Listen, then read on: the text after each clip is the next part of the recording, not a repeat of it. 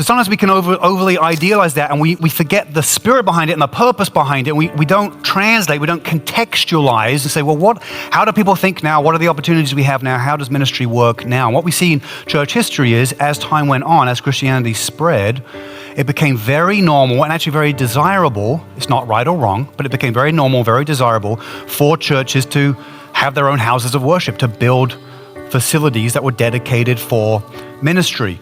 And as long as those congregations have Christ as the foundation, that can be a really powerful thing, a really, really good thing. I think for us, we can be more fruitful with a building than without a building. And I think through the process of us trying to buy our building, we've been in this process for several years, trying to buy this church building. And in this process, I think God is building us together. That's the real work, isn't it? We're the building. That's what he says to the Corinthians. Hey, you're the building. And it's the same message to us. We're the building. God is built through this process of us trying to buy this building. God is building us together. This is one of the greatest tests of faith that we face as a church community together. It's not the building that makes it a home. It's the people that make the building a home. We can never lose that, because now some people might walk past this building and say, oh, that's a church building. But the only reason they say that is because at a certain point in history, there were certain Christians that said, we think this looks kind of Christian-y, and we're going to build it like this.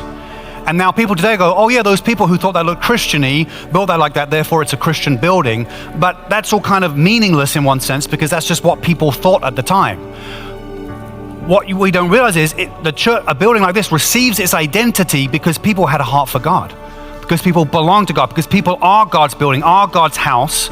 And so if we occupy this space or another space, we bring a home identity to it, that we're bringing people into a community. And so a building is valuable because it helps us with the mission of God. It helps us create a home environment to bring people into. People are isolated in our city.